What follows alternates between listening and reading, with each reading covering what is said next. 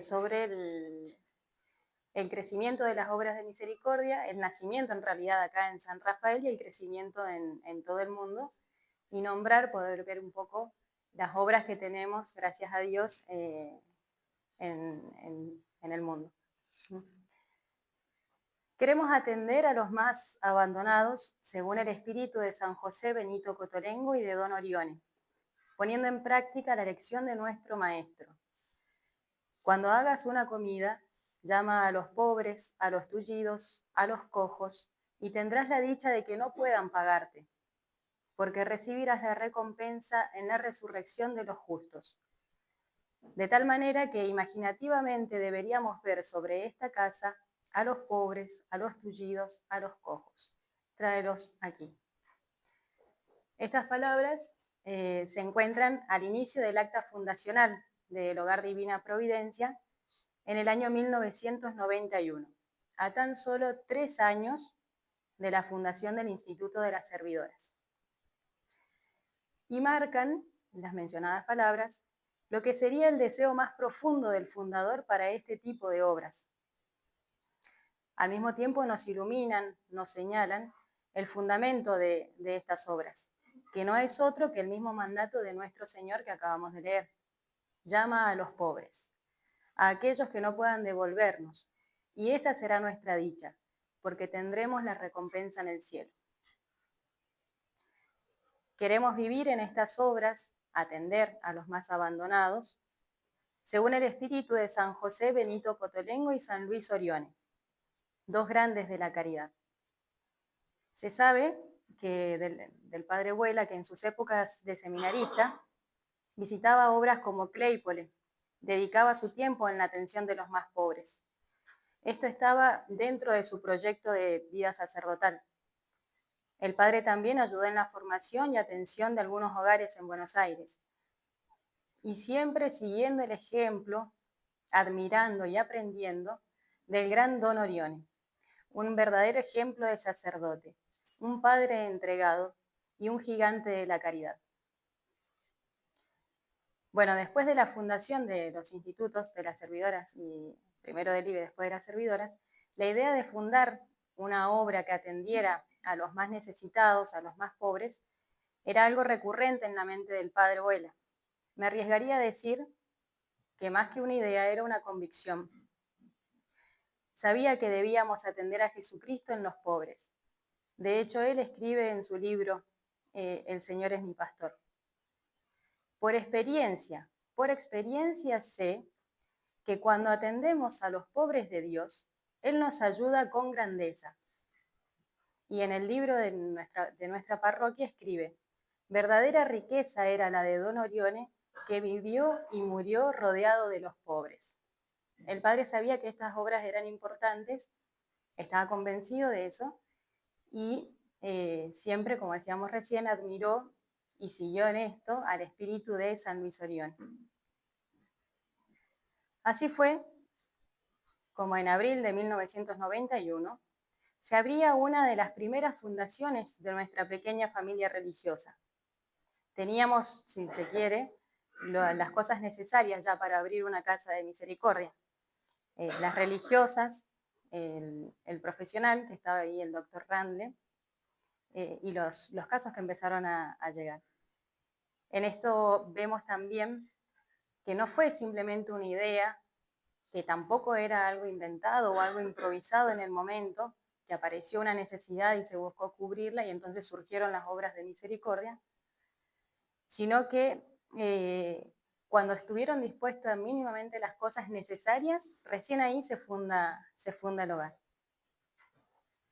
Se abrieron así las puertas de nuestro instituto para recibir a Jesucristo pobre, confiando en la siguiente máxima: Dios no se dejaría ganar en generosidad.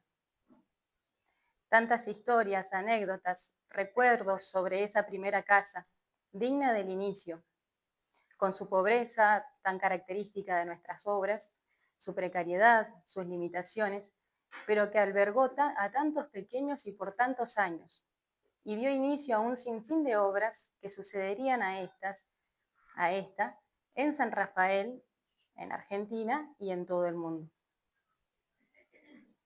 De a poco, muy de a poco, la obra iba tomando forma, como sigue tomando forma hoy en día, porque es un continuo crecimiento.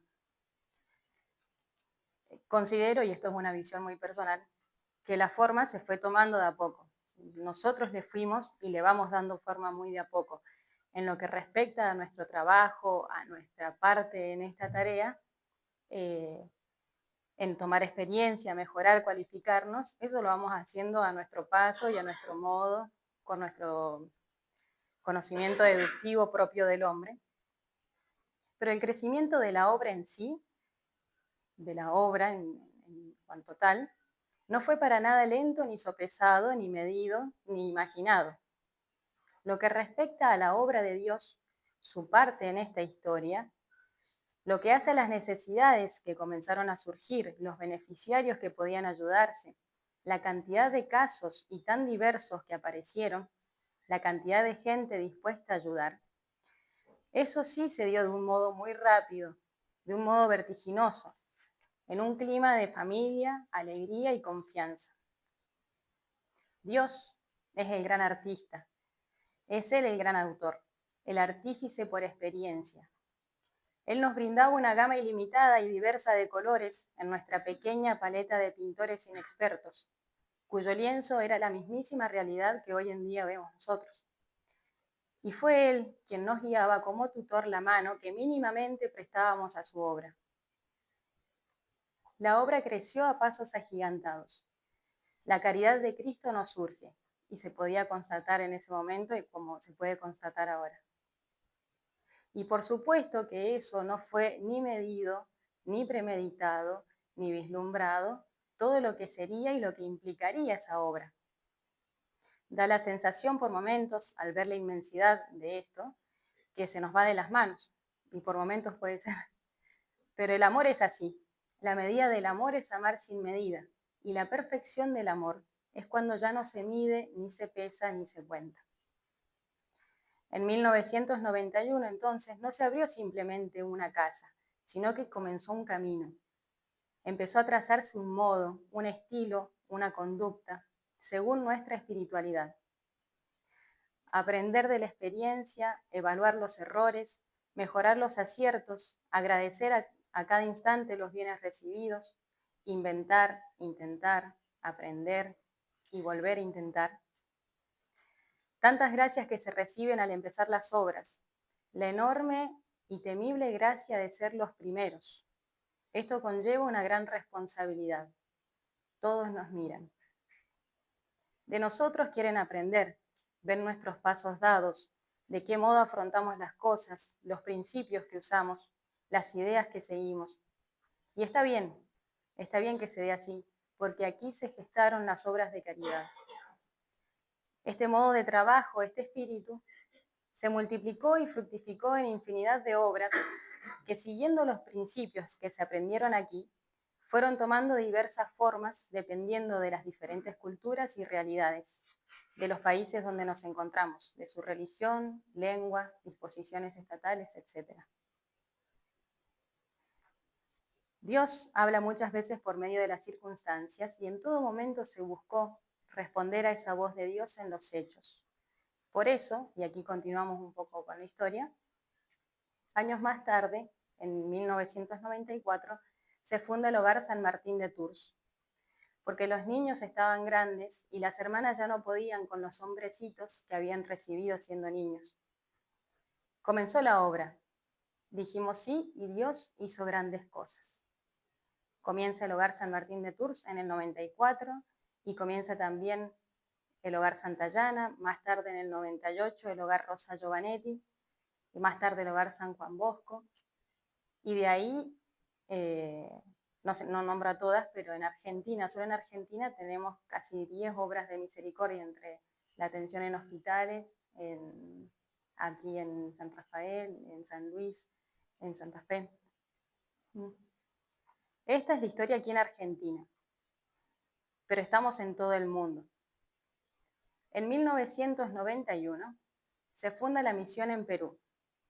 3 años más tarde de esa fundación, en 1994 también, igual que la fundación del Hogarcito, se abre la primera obra de misericordia en dicho país, en Perú, el Hogar Santa Rosa de Lima, que es un hogar de niñas. Más tarde, en el mismo país, se abre el Hogar para Chicas Especiales en Arequipa, después el Hogar Antonieta Meo, y así entonces se fue dando en todo el país y en América del Sur.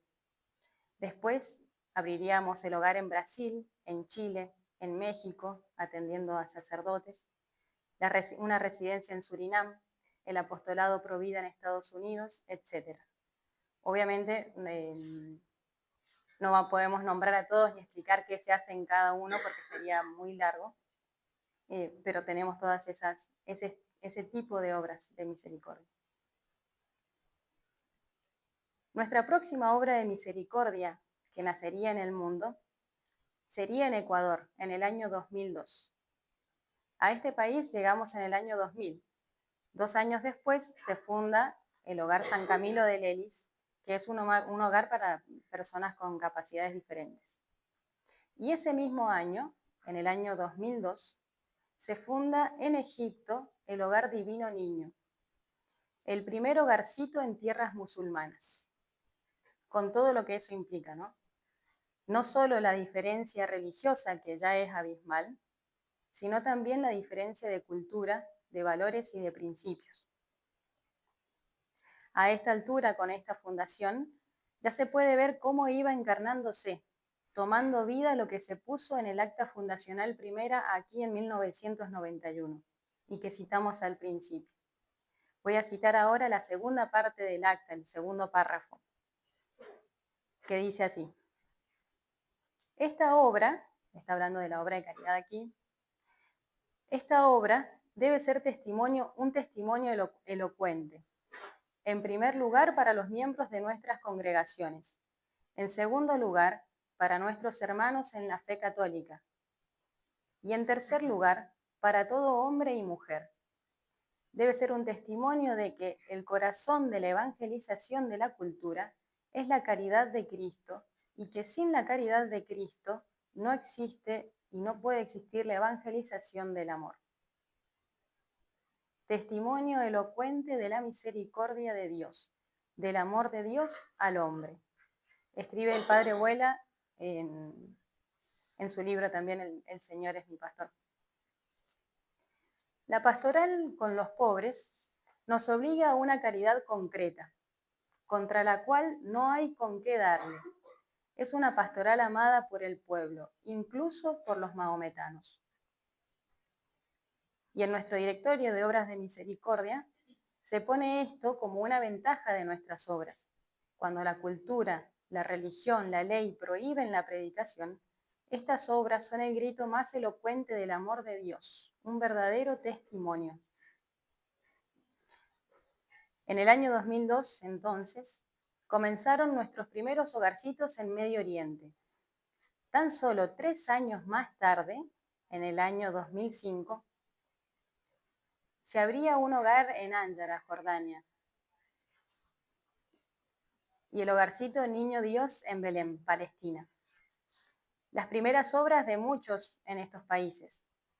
De nuevo, no podemos nombrar a todas, pero solo para dar rápidamente un pantallazo, tenemos residencia de jóvenes en Siria, Túnez, trabajo con ancianos en Jordania, en Palestina. Los datos que yo estoy dando ahora son de la revista Mirad que soy yo, del 2021, que se hizo para los 30 años de la Fundación de las Obras de Misericordia. Pero bueno, fijémonos en esto. Obras de misericordia en Medio Oriente. Testimonio claro, evidente del amor de Dios verdadero por el hombre. La mejor predicación y la más elocuente. Y en países musulmanes. ¿Con cuánta razón entonces el padre decía? Una pastoral irrebatible, es la pastoral con los pobres. Es irrebatible, con la cual y contra la cual no hay con qué darle. Obras de caridad que son el grito más elocuente, la predicación de un amor verdadero, del Dios verdadero al hombre en países musulmanes. Bueno, más tarde en el continente europeo, las obras comenzaron en el año 2003 en Tenerife, España, con el hogarcito de ancianos María de Jesús Delgado. Después, en 2005, comienza la comunidad en la Ópera Pia en Italia. En el 2006 se abre el hogarcito de niños en Albania. 2007 se abre una casa Mamá Margarita en Pontinia, y de ahí en adelante infinidad de obras. Hogar de niños y residencia universitaria en Ucrania, casa para mamás solteras en España, cuidado de ancianos, hogar para chicas especiales en Albania.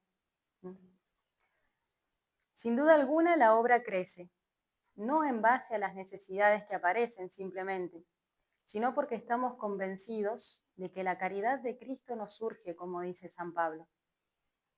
Es un no negociable de nuestra espiritualidad las obras de misericordia. Son imprescindibles para lograr la cultura del amor. Y por eso el empeño infatigable que debemos tener para lograr que en todas nuestras misiones exista una obra de misericordia y el empeño infatigable por hacerlas bien. La obra se extiende aún más. La caridad de Cristo no conoce fronteras. Pensemos en las obras de Papúa, donde hay una residencia de jóvenes, el dispensario que tenemos en Tanzania y el proyecto del hogarcito que ya ha comenzado. La caridad supera cualquier límite humano. En Extremo Oriente tenemos también casas de caridad, bueno, lo que fue en su momento la atención en el leprosario, el apostolado Provida en Taiwán, el hogar en Filipinas. A los pobres siempre los tendrán con ustedes, dijo Jesucristo en el Evangelio. La caridad siempre será necesaria, dice nuestro Directorio de Obras de Misericordia, en el número 51. El amor siempre será necesario. Siempre habrá sufrimiento que necesite consuelo. Siempre habrá soledad. Quien intente desentenderse del amor, se dispone a desentenderse del hombre en cuanto hombre. Eso es lo que dice el Directorio. Podemos palpar la fuerza, el ímpetu de la caridad, que ha logrado abrirse paso a lo largo de nuestra historia, superando los límites del lenguaje, la geografía, la cultura, la religión. Esto ha sido posible, primero por gracia de Dios, pero porque buscamos ayudar al hombre. Las múltiples y variadas formas de apostolado que han aparecido, que creativamente se han buscado, nacen de un conocimiento profundo del hombre, de la cultura donde se vive, de un morder la realidad concreta, ver las necesidades y poner los medios oportunos para remediarla. Bueno, esta es una línea del tiempo en la que se divide por años y por continentes cómo fue creciendo la obra a medida que se daban las fundaciones, las distintas misiones, y a medida que pasaba el tiempo. 1991, Argentina, en el 94, Perú, y ya después en el 2000, 2002 se dan en Ecuador, en el 2006 en Brasil. Después en el siguiente continente donde aparecen es en Medio Oriente en el 2002, 2003 en Europa y 2009 en Papúa y después en Extremo Oriente. Era para que se figuren más o menos. Bien, como segundo punto de este trabajo, vamos a nombrar los elementos comunes a nuestras obras de misericordia. El espíritu que reina y el espíritu con el cual queremos vivir en nuestras casas. Elementos comunes, son 3. El espíritu de fe y de abandono en la divina providencia, el espíritu de familia y alegría, y el respeto por la dignidad humana.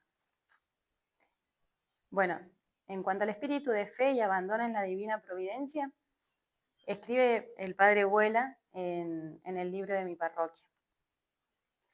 En los hogarcitos, la reina es la divina providencia, que nos provee de todo lo necesario y más, como para poder hacer limosna. Y escribe el padre y pone un escrito de un sacerdote orionita, el padre Luis Similiglio, que dice, cito al padre Luis, ¿Jesucristo es acaso injusto? ¿Es ingrato? ¿Es posible que el que alimenta al mismo Cristo no sea por el mismo Cristo alimentado? ¿Podrá abandonarnos a quienes buscamos ser sus siervos leales, entregándonos a las obras de caridad? No nos empobrecemos dándole a Cristo. Al contrario, cuanto más le damos, más tenemos para dar. Dios es siempre bondadoso. Dios no se deja vencer nunca en generosidad. Hasta aquí el Padre Luis. Vivimos abandonados en la providencia de Dios porque estamos convencidos de que atendemos al mismo Jesucristo presente en los pobres. Por eso tan necesario en nuestras obras el espíritu de fe. Bien, como segundo elemento, el espíritu de familia y alegría. La famosa amorevolezza de San Juan Bosco. Un ambiente donde todos se sepan amados, protegidos y consolados. Esa alegría que reina en nuestras casas y que se refleja en el rostro de nuestros chicos de un modo tan puro y que nace del saber que están seguros en nuestras casas, nacen de saber de que están seguros, pues en nuestras casas lo tienen todo. Y no hablamos simplemente de la parte material. Esto también es una visión muy personal, pero pienso y considero que los chicos nuestros realmente han sufrido mucho, y cosas que ni nos imaginamos, pero que así todo logran reflejar esa alegría porque tienen todo lo que un chico necesitaría y de hecho querría, que es la fe, esa vida tan sencilla pero al mismo tiempo sobrenatural y divina que ellos logran tener con nosotros, aquí en nuestras casas, esa relación íntima con Dios que tienen, y además esa seguridad de que los queremos, la seguridad de que alguien los ama. Han sufrido mucho, pero tienen la certeza de que los quieren actualmente, Dios y nosotros. Bueno, y el tercer elemento, respeto por la dignidad humana. El respeto, el conocimiento, el entender de dónde nacen estas obras, es lo que nos da a nosotros el modo de trabajo en las obras de misericordia. Y es un hecho que ya hemos nombrado, y es que Jesucristo está presente en el hombre, y mucho más en el pobre. De ahí nacen nuestras fuerzas, nuestros inventos, la creatividad continua en buscar nuevos métodos y modos de ayudar. Jesucristo está presente. Dice nuestro directorio en el anexo número 99. Estas obras, las obras de caridad, serán para el mundo un testimonio sobre la dignidad del hombre, que no se funda en la condición exterior del cuerpo, sino en la semejanza originaria con el Creador. Bien, hasta aquí los elementos. Concluimos este trabajo con el último fragmento del acta fundacional, que se escribió en el 91. Obras como estas son para rayos e imán, porque detienen los justos rayos de la ira divina que por causa de nuestros pecados deberían caer sobre nosotros, y porque al mismo tiempo atraen multitud de gracias sobre nosotros. Las almas que atendemos han sido elegidas para sufrir inocentemente con Cristo víctima. Dios derrama con abundancia sus gracias sobre ellos. Son sus predilectos, porque en ellos está su Hijo sufriente. En ellos se continúa de un modo perfecto la obra de la redención. Mirad que soy yo. Tenemos la gracia inmensa de atender al mismo Jesucristo y Cristo crucificado, Cristo doliente. Somos nosotros, entonces, los primeros en recibir esta misericordia. Esta gracia de aprender a amar, a entregar nuestro corazón libre, como dicen nuestras constituciones, de alargar insospechadamente nuestras potencialidades de amor. Así se ama, con un amor sin límites, un amor crucificado, desinteresado, con un amor que solo pregunta qué dolencia se tiene y busca ponerle remedio. Un amor que no teme, no le tiene miedo a la debilidad, a la miseria humana, ajena y principalmente personal. ¿Cómo podemos temer la debilidad, la miseria, la pobreza humana, si pobres fueron los príncipes de los apóstoles a quienes Dios les confió la Iglesia? ¿Cómo no atender a los pobres de Dios, si pobres fueron Pedro y Pablo? ¿Por qué temer nuestra debilidad, el sufrimiento, si débiles y pobres fueron ellos? Y si pobres fueron los príncipes de los apóstoles, ¿qué podemos esperar de nosotros? Solo misericordia, nada más.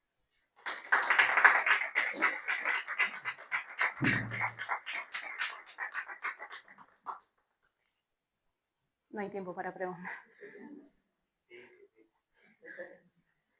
No, me parece que en cuanto a la historia es muy importante, me parece a mí, que está muy bueno que tenemos presentes a religiosos que han estado en distintos países, en distintas misiones, pero sí, no hace falta preguntar, porque tal vez no es eso, pero sí aportar o ayudar también a ver cómo son no simplemente cómo son las obras afuera, sino cómo se ve nuestra obra desde afuera y cómo se vive también el espíritu en distintos países. Digo, me estoy largando un poco de letra para hablar. No, las obras se quedan como diversas. Hay que usar el... perdón. Las obras afuera. Las obras afuera se viven universalmente. El estado de Perú, la Fundación, el Ecuador, no, en Chile no conozco, pero me imagino, pero ni hablar. Es decir, acá hay gente, allá no. Allá, allá también no hay, no hay gente laica. Acá sí, todo el que tengo todo el mundo grande, eso es insuperable. Después, y vive mucho más de la providencia casi que nosotros. Porque, excepto Chile, que tiene un muy buen presupuesto, además no tiene un presupuesto ni ayuda estatal. No sé, la madre dice conoce Medio Oriente, pero hay que el gobierno te ayuda como te ayuda acá, ahí es muy, y tienen a veces cosas mejores que tienen acá. Viven más la violencia que nosotros, o la violencia la ayuda más que nosotros, o igual. Pero humanamente y materialmente está en el camino. No sé, aquel estaba afuera que ha visitado la misericordia, realmente es mucho más probable. Mejor dicho, es probable en otros aspectos, acá también es mucho, muy probable, pero en otros aspectos nosotros tenemos quizás cosas humanas en mayor cantidad y afuera tienen menor cantidad y no sé si la misma cantidad que nosotros. No le dan nombre personal, pero hay mujeres que están mucho tiempo, mucho sacrificio, cansadas, sin un reemplazo, parte que pasó. Nosotros todavía no podemos pensar de varones en Tierra Santa, porque no tenemos clarísimas. Por ejemplo, tiene todo, pero le falta la parte humana. No tenemos nada de gimnasio. Bueno, Dios también nos ayuda. Y nos ayuda. En Chile, por ejemplo, no tienen, son tres nada más, tienen tres, dos, no sé, uno, no sé lo que son ahí, y religiosamente hablando. Y bueno, ahora van tres, más o menos, van bien, no sé cómo es eso. Pero tienen, son mucho menos que nosotros. No tienen los seminaristas, no tienen nada de eso. No sé, tiene una experiencia afuera de la ordinariedad.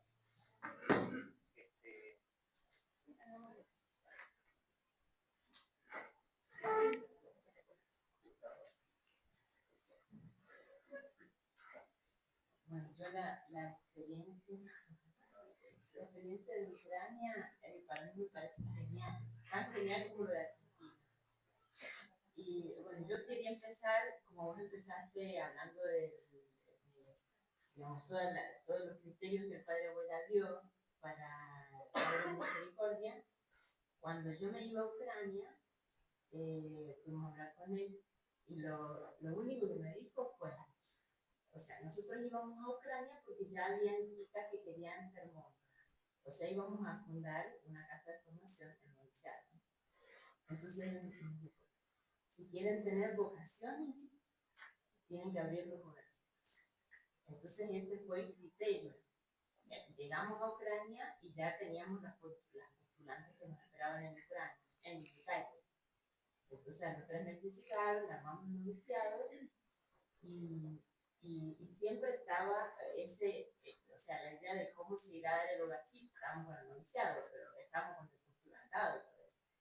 Pero digamos, nos invitaron a visitar un internado de niños. Bueno, y así íbamos conociendo chicos. Hasta que, digamos, apareció una postulante que tenía a su mamá enferma mental, y cuando la fuimos a visitar al hospital, la doctora nos dijo, llévensela ya. No, no. Pero digamos, así empezó todo, ¿no? Como nunca le cerramos las puertas a los enfermos y a los pobres y a los que nos golpeaban el noviciado. Y así se fue formando, paralelo al noviciado, en la misma casa, una casa de caridad. Apareció la mamá de esta postulante que porque nos dice enferma mental. Después apareció una nena que la dejaron, a la mamá la arrestaron, o sea, se la llevó la policía por la droga y quedó en la calle. Aparecieron chicas de 15 años embarazadas, y no es que nosotros las íbamos a buscar, sino nos golpeaban la puerta diciendo, no pueden tenerlas un poquito y después vemos cómo, y así todo empezó en el 2001, y en la misma casa, en el 2004, teníamos 40 personas. Era la casa del aspirantado, del noviciado y del futuro hogar, ¿no? En el 2004 se abrió el hogar oficialmente, porque pudimos comprar una casa, y después ya se abrió. Y bueno, y abriéndose el hogar, ¿qué pasó? Tuvimos que hacer el estatuto y nos mandaron el estatuto de acá, no sé si los padres o los hermanos, el estatuto era el estatuto de la ciudad de la Caridad. Entonces lo tradujimos y así con esos mismos criterios, no sabíamos si se adaptaban o no allá, porque no sabíamos nada nosotros. Habíamos llegado en el 99, nosotras nos abocamos a las novicias. Entonces no conocíamos las leyes ni nada, simplemente íbamos a la casa de gobierno y decimos queremos tener esto y la gente nos apoyaba. Y así como tradujimos no sé, el material que nos mandaron de acá, así el gobierno lo aprobó como una alternativa a la ley de allá de Ucrania, porque las leyes en Ucrania no aceptaban una obra de parte de los religiosos, era todo todavía muy elemental y saliendo del gobierno, digamos, soviético. Pero como que ellos querían cambiar y todavía no había gente que hiciera esos cambios. Entonces nos apoyaron y todas las reglas que pusimos nosotros, por ejemplo, de que los chicos estuvieran de por vida, de que recibamos cualquier edad, de que, bueno, las cosas nuestras armando con una familia, lo aprobaron legalmente, así como si fuese un estatuto del gobierno alternativo. Entonces ellos se hicieron como, quisieron incluirlo en sus necesidades. Entonces ya empezaron como a venir a controlar, a ofrecernos chicos. Bueno, y así empezó el trabajo que después con los años se fue como mejorando todo el estatuto, ¿no? Bueno, pero ¿qué es lo que yo quería acentuar? Que por un lado, el criterio del padre Vuela de hogarcitos en la ciudad de la Caridad, los de caridad, son como una condición para tener vocaciones, nosotros lo experimentamos y eso es 100%. Porque siempre el noviciado tuvo vocaciones, el aspirantado también, las monjas iban a Italia al estudiantado, y la misión se desarrolló en monjas ucranianas. Las primeras que fuimos las que quedamos y ya no estamos. Y la misión se desarrolló con ucranianas y bueno, actualmente hay 4 obras de misericordia, no tenemos hogar de discapacitados, en un momento se habló, hubo un bienhechor que quería y bueno, nunca se empezó, no sé por qué. Pero, ¿qué pasó? Que los hogarcitos eran como ¿cómo se dice? El titular nuestro, no sé, como la cara de nuestra congregación. Se hizo tan, no sé, tan famoso, no sé por qué, porque mucha gente empezó a ayudar, primero el gobierno, ¿no? Que todo lo que hacíamos para ellos era una cosa impensable, como que era súper original y tenía muchos frutos, y por ejemplo con el paso del tiempo se fueron dando que ellos daban nuestros niños en adopción, todo legalmente desde Kiev, qué sé yo. ¿Pero por qué? Porque ellos mismos decían que la experiencia de adoptar niños desde un internado del Estado a adoptarlos desde nuestro hogar era otra en la familia. Como que nosotros ya dejábamos a los niños preparados para que empezaran a vivir en una familia. Digamos que la familia, adoptando niños de nuestro, aunque fueran bebés, como que los niños tenían menos problemas, una cosa así. Y después otra cosa que los hogarcitos, como que no sé por qué, por toda Ucrania se propagó nuestro hogar, ¿no? El de Ivano-Frankivsk. De tal modo que,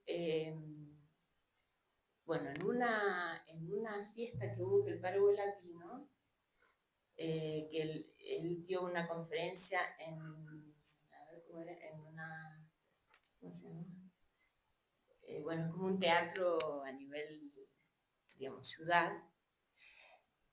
Ahí lo condecoraron como huésped de honor por los hogares, ¿no? Por la Fundación del Hogar. Y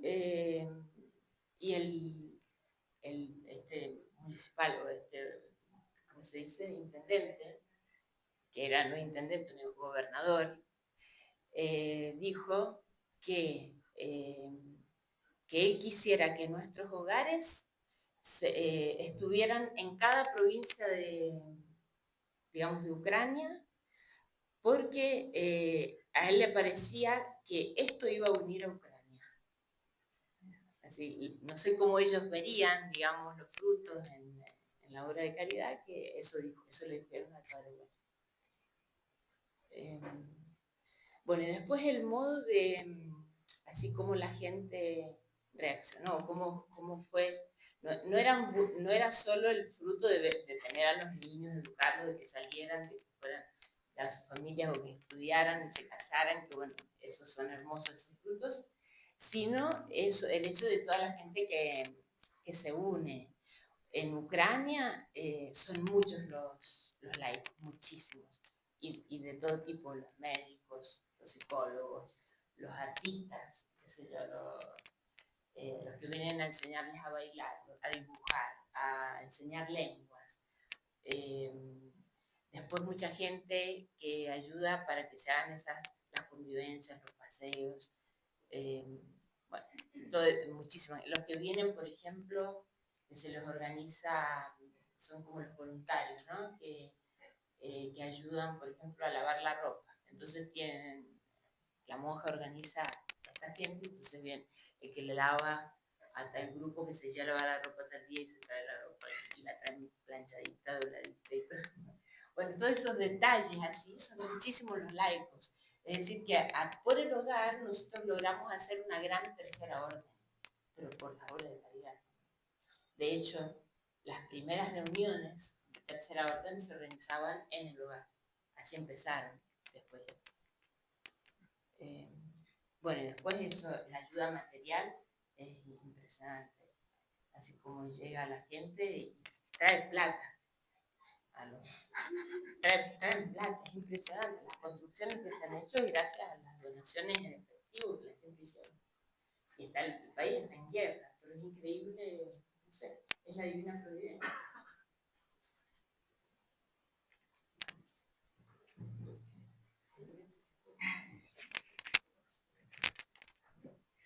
Bueno, yo quería, bueno, primero que nada agradecerle a la hermana Lágrimas, porque yo le pedí que diera este testimonio de cómo había surgido lo de Ucrania.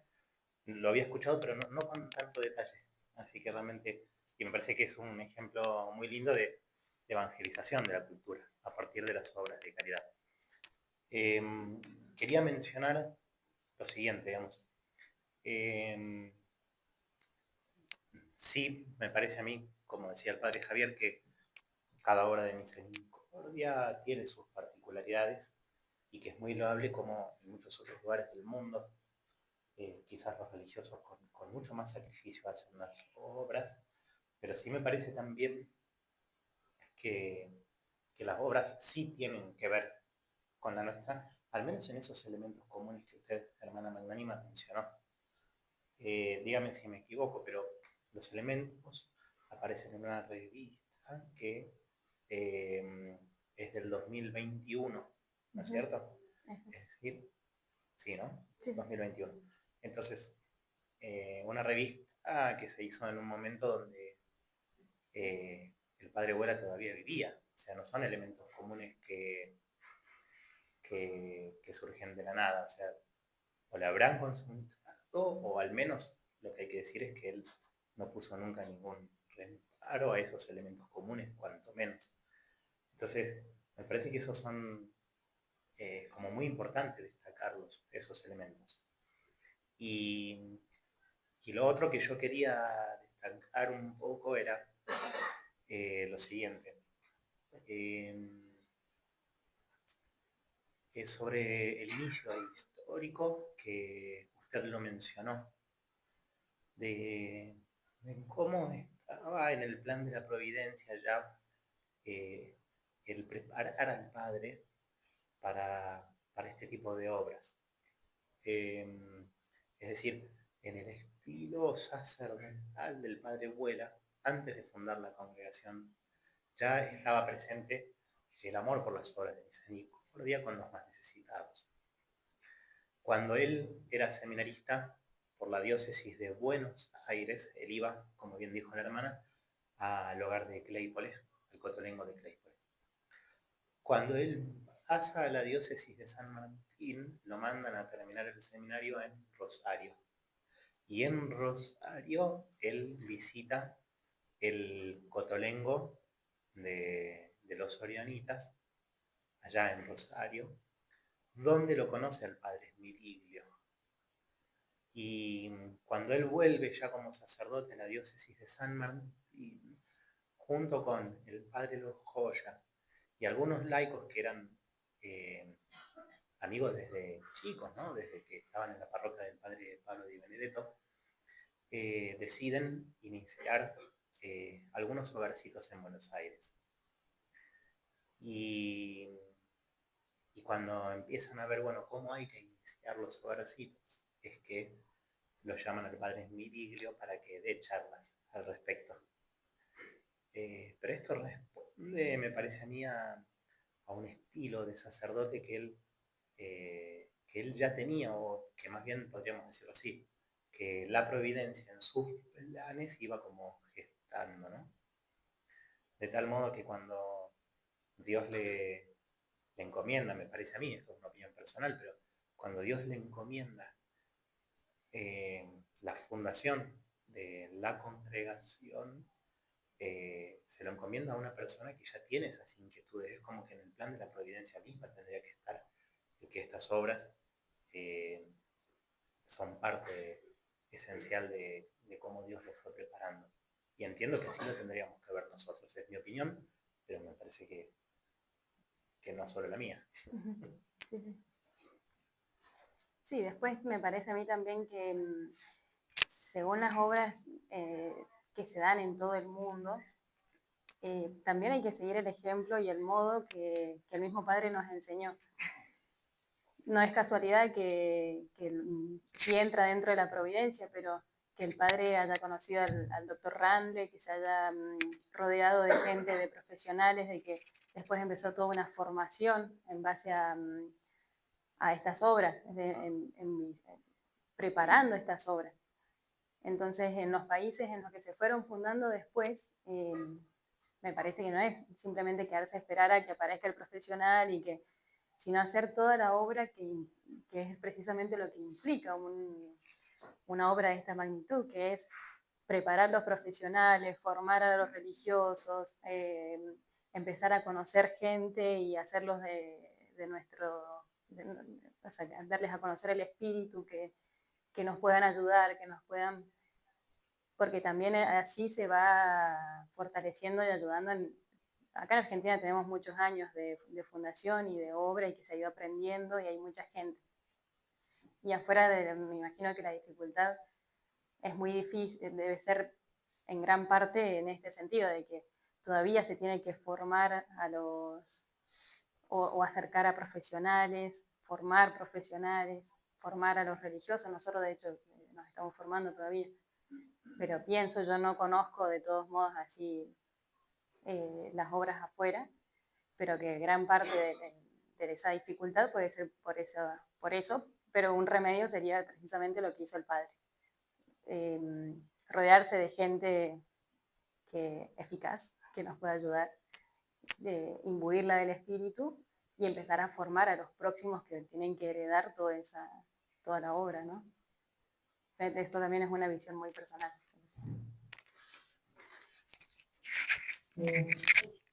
Bueno, yo tuve la gracia de, cuando me fui a la fundación en Perú en el 91, yo iba de maestra de novicias, porque también, como en Ucrania, habían chicas que tenían inquietudes.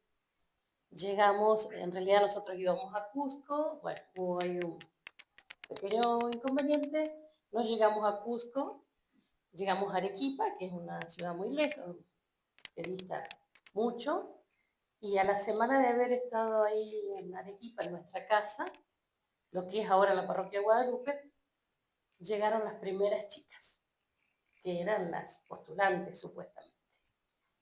Con el paso de los días nos dimos cuenta que sí, ellas tenían deseos de ser religiosas o manifestaban eso, pero no era tan así. Primero porque eran chiquitas y después porque venían con toda una maleta de problemas, ¿no? Eran chicas de Limatambo. 4 años más tarde, bueno, yo seguí con eso, después seguí con el noviciado, etcétera, etcétera. 4 años, me fui a fundar a Cusco en el 94 y apenas llegamos a Limatambo, que no teníamos nada, a los 2 días llegaron niñitas que querían vivir con nosotras. Apenas nos entendíamos porque ellas hablaban quechua y nosotros de quechua ni gracias sabíamos decir. Pero bueno, fue también como Dios tenía dispuesto que llegáramos ahí a la parroquia, a trabajar en la parroquia, un trabajo estupendo, pero tuvimos el primer internado, la primera obra de misericordia, ¿no? Después de 4 años siguió, creo que sigue, la verdad que no sé mucho. Después de 4 años me fui a la fundación en Egipto, fuimos a Alejandría y fuimos a un asilo de ancianos, una obra de misericordia. Entramos en medio, o sea, en ese país por una obra de misericordia. Ahí no duramos mucho tiempo, ya saben que nos escapamos de ese lugar, que nos querían matar. Duramos 9 meses, nos fuimos y al poquito tiempo yo me fui a fundar también a Fayum, otra ciudad, y empezaron a aparecer en la comunidad, en la primera, niñas cristianas que venían y decían, vengo a vivir con ustedes. Bueno, qué lindo. Pero eran niñas de la calle y eran cristianas. Entonces, obviamente era una urgencia tenerlas con nosotros, porque esas niñas terminaban prostituidas, las casaban a los 12 años con musulmanes, etcétera, etcétera, etcétera. Así se dio el primer hogarcito en Alejandría, que yo después también estuve ahí. En el 2003 me voy a Tierra Santa, a Belén. Las hermanas ahí ya habían fundado en el 94. Y trabajaban en un hospital, hacían su apostolado en un hospital de rehabilitación. Entonces ahí tenían contacto con los discapacitados. No solo cristianos, sino también musulmanes. Y ahí constataban las hermanas que obviamente nadie se ocupaba de ellos. Entonces, después de consultas, pro y contra, etcétera, etcétera, decidimos que queríamos abrir el hogar. Pero nosotros, como eso no existe en el mundo musulmán, no existe una obra de esta envergadura, porque aunque ellos dicen que son misericordiosos, tienen de misericordiosos lo mismo que de astronautas.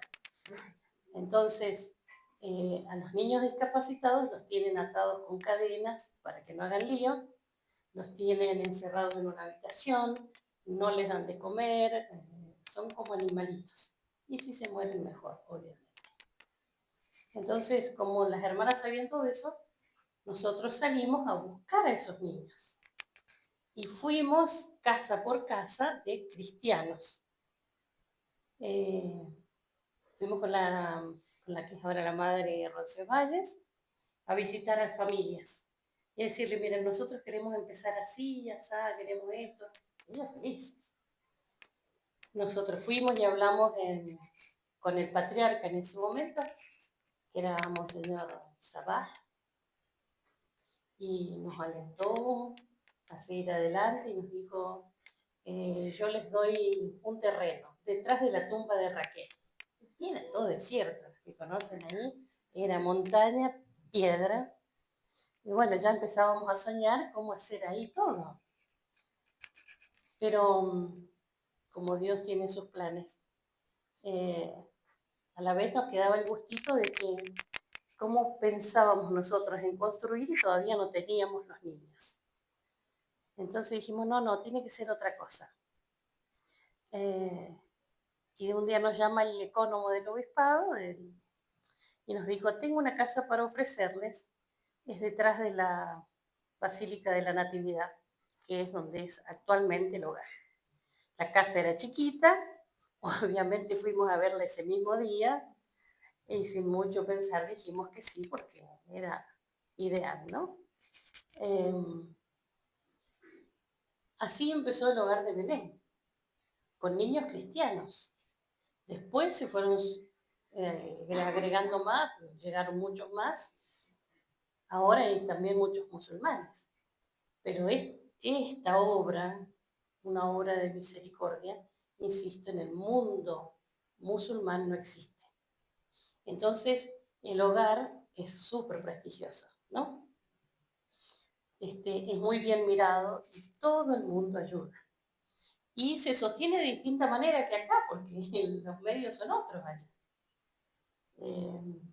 Allá se mantenían, por lo menos hasta hace poco, todo el tiempo con voluntarios. Habían grupos organizados desde Italia y desde España que iban todo el tiempo a ser voluntariados, por mes. Y se hace un trabajo magnífico. Y sí puedo decir que es súper sacrificado porque las hermanas son poquitas, porque los padres son poquitos. Entonces, el hogar es grandioso, el testimonio que se da con ese hogar. Estamos en un lugar privilegiadísimo, atrás de la Basílica de la Natividad. Nosotros salimos, damos la vuelta y está nuestro hogar. Y hay un cartel inmenso que dice Hogar del Niño Dios.